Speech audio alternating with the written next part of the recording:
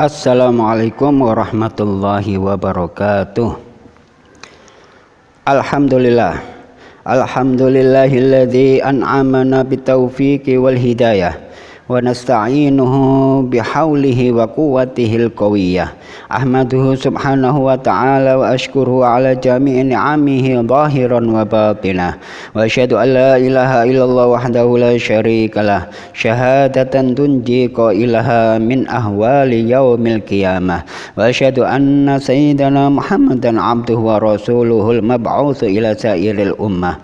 Allahumma sholli wa sallim wa barik ala abdika wa rasulika sayyidina Muhammadin wa ala alihi wa ashabihi alladzina fazu fadlal hidayati wal karamah. Salatan wa salaman daimaini mutalazimaini ila yaumil qiyamah wa sallim tasliman kabira. Amma ba'd. Fa ya ibadallah, usikum wa nafsi bi taqwallah. Ittaqullaha fis sirri wal alain. Qala Allah Ta'ala fi kitabihil karim, a'udzu billahi minasyaitonir rajim. Wa minhum man 'ahadallaha la in atana min fadlihi lanasaddaqanna wa lanakunanna minas solihin. Falamma atahum min fadlihi bakhilu bihi wa tawallaw wa hum mu'ridun.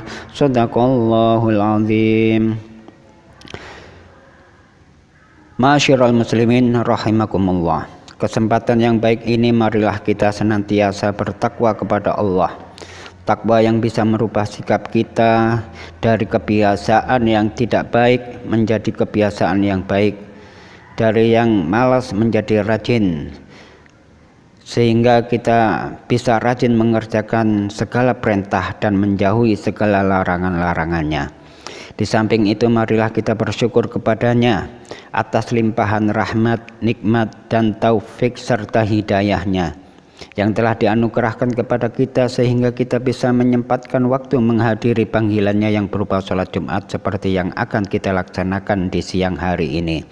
Mudah-mudahan apa yang telah kita lakukan diterima dan diridhai oleh Allah. Amin Allahumma amin. Hadirin Jum'ah yang dimuliakan Allah, khutbah yang akan kami sampaikan ini menerangkan tentang bermurah hati.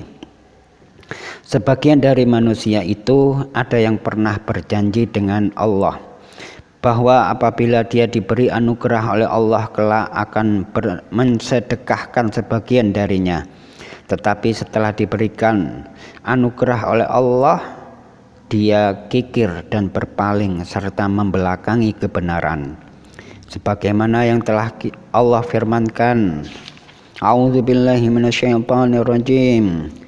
Wa minhum man 'ahadallaha la in atana min fadlihi lanasaddaqanna wa lanakunanna minas solihin.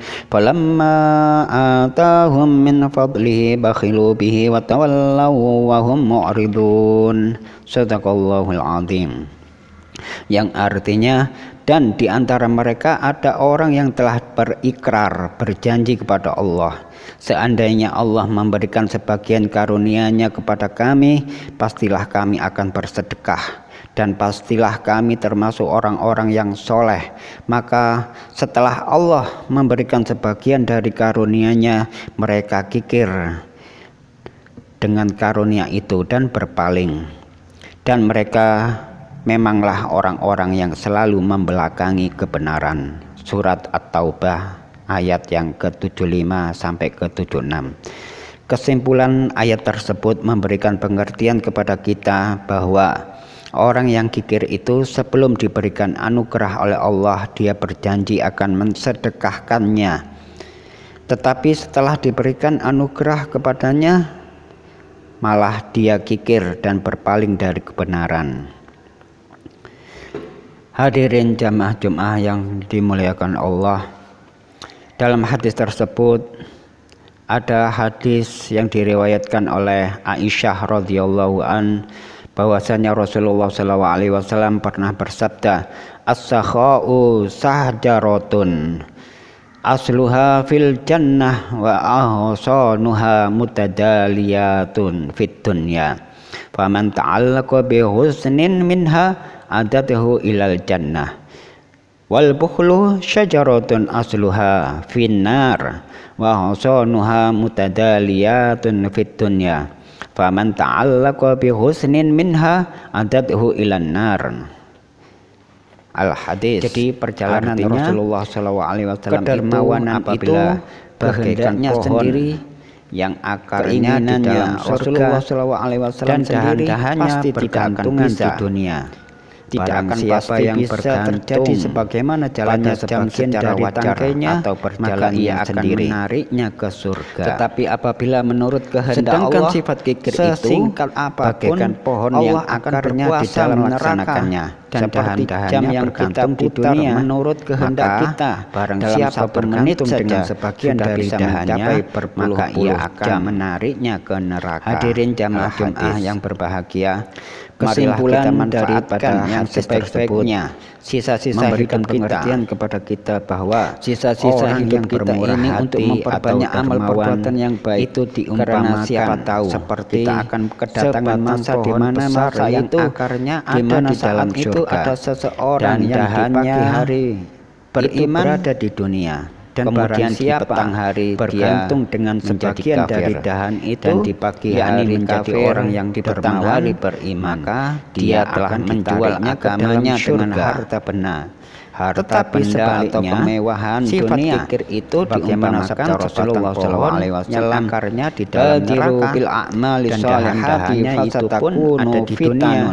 Maka barang siapa bergantung dengan sebagian dari dahan itu, yakni menjadi orang yang kikir, maka dia akan ditariknya ke dalam neraka. Hadirin jamaah Jumat yang berbahagia, rawahu Muslim. Mudah-mudahan kita bergegaslah kalian untuk beramal soleh, karena pada saatnya nanti antaranya kita menjadi orang yang dermawan, bagaikan potongan-potongan malam yang ditarik oleh di saat itu ke dalam orang yang di pagi harinya beriman, lalu pada sore harinya berubah menjadi mudah-mudahan kita bukan termasuk orang yang pagi harinya kafir, kemudian di sore harinya yang beriman akan ditariknya ke dalam. Dia menjual agamanya dengan harta dunia. Demikianlah khutbah yang perlu kami sampaikan. Al-hadis. Mudah-mudahan apa yang telah kami sampaikan hadis tersebut memberikan pengertian kepada kita, serta kita dianjurkan senantiasa tetap memperbanyak amal pada keluarga-keluarga kita, karena pada suatu saat akan terjadi fitnah yang sangat mengerikan, yaitu ada orang yang di pagi hari masih beriman, tetapi pada sore harinya sudah berubah menjadi orang kafir karena dia menjual agamanya dengan kemewahan harta dunia tadi. Hadirin jamaah Jumat yang dimuliakan Allah, dengan datangnya bulan Rajab ini, marilah kita lebih bersyukur kepada Allah atas kedatangannya, karena dengan mengenang peristiwa yang sangat besar di bulan tersebut, yaitu Rasulullah SAW diangkat ke hadirat Allah Subhanahu wa Ta'ala untuk menerima perintah sholat 5 waktu yang semula 50 waktu dalam sehari semalam, tetapi karena kebijaksanaan beliau diusulkan kepadanya sehingga berangsur-angsur dikurangi hingga akhirnya tinggal 5 waktu, hanya 5 kali dalam sehari semalam, yang pahalanya tetap sama dengan 50 waktu tersebut. Apabila kita renungkan tentang nilai perintah sholat dengan perintah-perintah yang lainnya seperti zakat, puasa, haji, akan memperoleh kesimpulan bahwa perintah sholat nilainya lebih tinggi nilainya lebih agung dibandingkan perintah-perintah yang lain, karena perintah sholat diterima langsung dari Allah. Adapun perintah zakat, puasa, dan haji diterima melalui malaikat Jibril alaihissalam.